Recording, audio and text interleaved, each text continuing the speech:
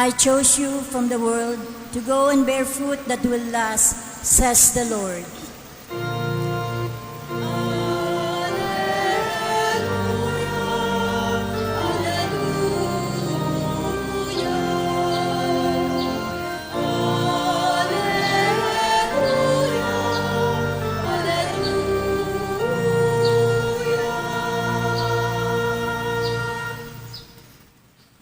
The Lord be with you.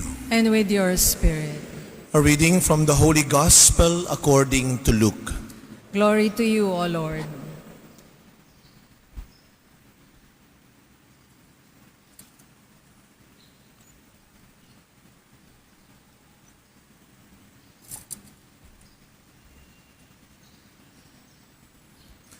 While people were listening to Jesus speak, he proceeded to tell a parable because he was near Jerusalem, and they thought that the kingdom of God would appear there immediately. So he said, a nobleman went off to a distant country to obtain the kingship for himself and then to return. He called 10 of his servants and gave them 10 gold coins and told them, engage in trade with these until I return. His fellow citizens, however, despised him and sent a delegation after him to announce, we do not want this man to be our king. But when he returned after obtaining the kingship, he had the servants called to whom he had given the money to learn what they had gained by trading. The first came forward and said, Sir, your gold coin has earned 10 additional ones. He replied, well done, good servant. You have been faithful in this very small matter. Take charge of 10 cities. Then the second came and reported, your gold coin, sir, has earned 5 more. And to this servant too, he said, you take charge of 5 cities. Then the other servant came and said, Sir, here is your gold coin. I kept it stored away in a handkerchief, for I was afraid of you, because you are a demanding man. You take up what you did not lay down, and you harvest what you did not plant. He said to him, with your own words I shall condemn you, you wicked servant. You knew I was a demanding man, taking up what I did not lay down, and harvesting what I did not plant. Why did you not put my money in a bank? Then on my return I would have collected it with interest. And to those standing by he said, take the gold coin from him and give it to the servant who has 10. But they said to him, Sir, he has 10 gold coins. He replied, I tell you, to everyone who has, more will be given. But from the one who has not, even what he has will be taken away. Now, as for those enemies of mine who did not want me as their king, bring them here and slay them before me. After he had said this, he proceeded on his journey up to Jerusalem. My dear friends, the Gospel of the Lord. Praise to you, Lord Jesus Christ.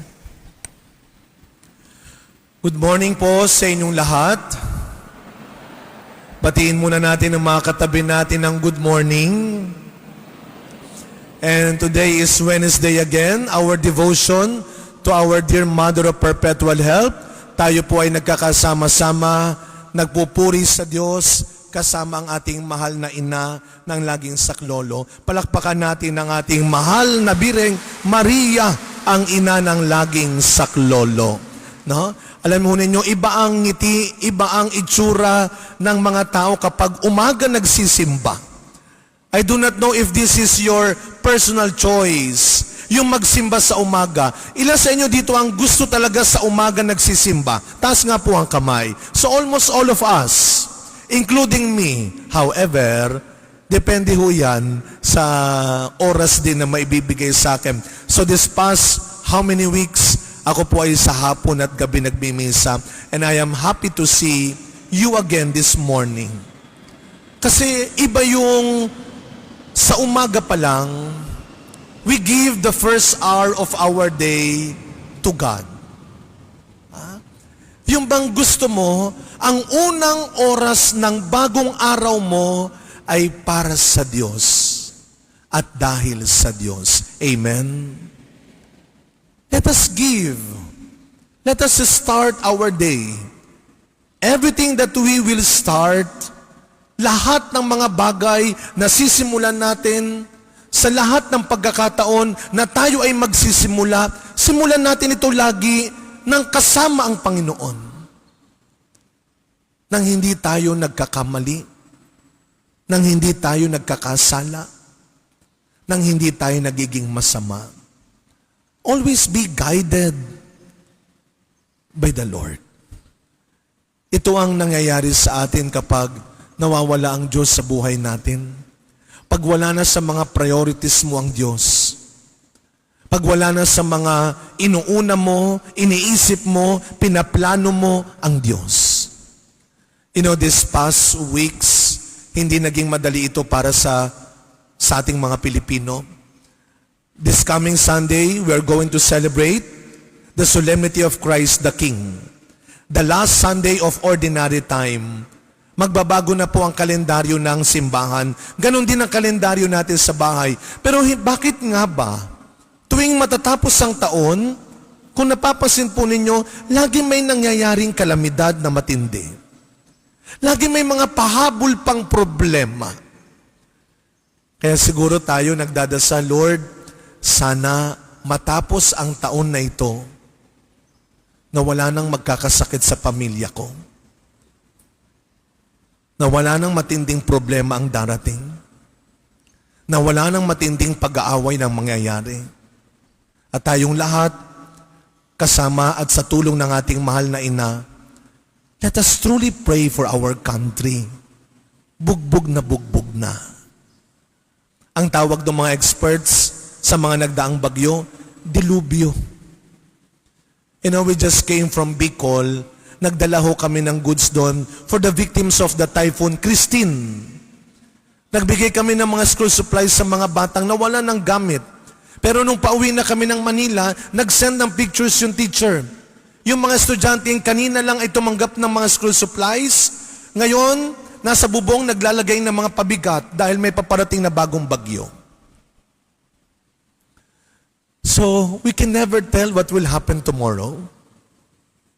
But what we have now is God in our life. Yun ang lagi nating panghawakan. Kaya nga, wag sana tayo matulad sa mga ikinukwento ng gospel natin ngayon. Ang mga pinagkatiwalaan ng hari ng kanyang kayamanan upang gamitin, palakihin, palaguin. Anong ginagawa mo sa buhay mo ngayon? Tandaan natin ang sabi ng kasulatan, sino man ang gumagawa ng mabuti at nagtuturo ng mabuti sa iba, ang siyang magtatagumpay sa huli. Ang siyang maliligtas. Huwag natin kalilimutan, dalawa daw po yun. Hindi lang yung nagpapakabuti, kundi yung nagtuturo rin sa iba na maging mabuti. Kaya nga ano ang sayang dito sa isang alagad na tinawag na hangal at wala kang silbi? Yung binigay sa iyo, hindi mo pinalago. Alam mo pala na malupit ang iyong amo, bakit hindi mo ito ginamit at pinalago nang ikay kumita at dumami pa? You know, at the end of the day, hindi naman po hahanapin lang ng Diyos kung gaano kalaki ang kinita mo today. Kung gaano karami ang na-achieve mo today. Kung gaano karami ang nadagdag sa mga collections mo at ipon mo today. Mamayang gabi bago ka matulog, God will ask you, ilan ang natulungan mo today? Ilan ang nailigtas mo today? Every day, lagi tayong nagsusulit sa Diyos. At ito po mga darating na araw, ang maririnig natin, hindi lang yung mga bagay na mangyayari sa mundo kapag patapos na. Hindi lang yung mawawala na ang araw, ang buwan, malalaglag ang bituin. Maririnig din natin kung anong mangyayari sa mga tao sa araw ng paghuhukom. Ihihiwalay ang matuwid sa makasalanan. Gagantimpalaan ang nagpakabuti, parurusahan ang nagpakasama. As we continue this celebration, let us remember, hindi tayo tinatakot lang ng mga kasulatan. Ang katapusan, hindi lang kinakatakutan, pinaghahandaan. As we continue this celebration, let us remember na hanggat tayo nabubuhay pa, binibigyan pa tayo ng pagkakataon ng Diyos na gamitin ng mabuti at tama ang buhay, ang mga biyayang ipinagkakaloob ng Diyos sa atin. Hindi lang para sa atin, kundi para sa iba. You are blessed to become a blessing. And we pray that one day, pag humarap tayo sa Diyos, pwede rin niyang sabihin, well done, my faithful servant.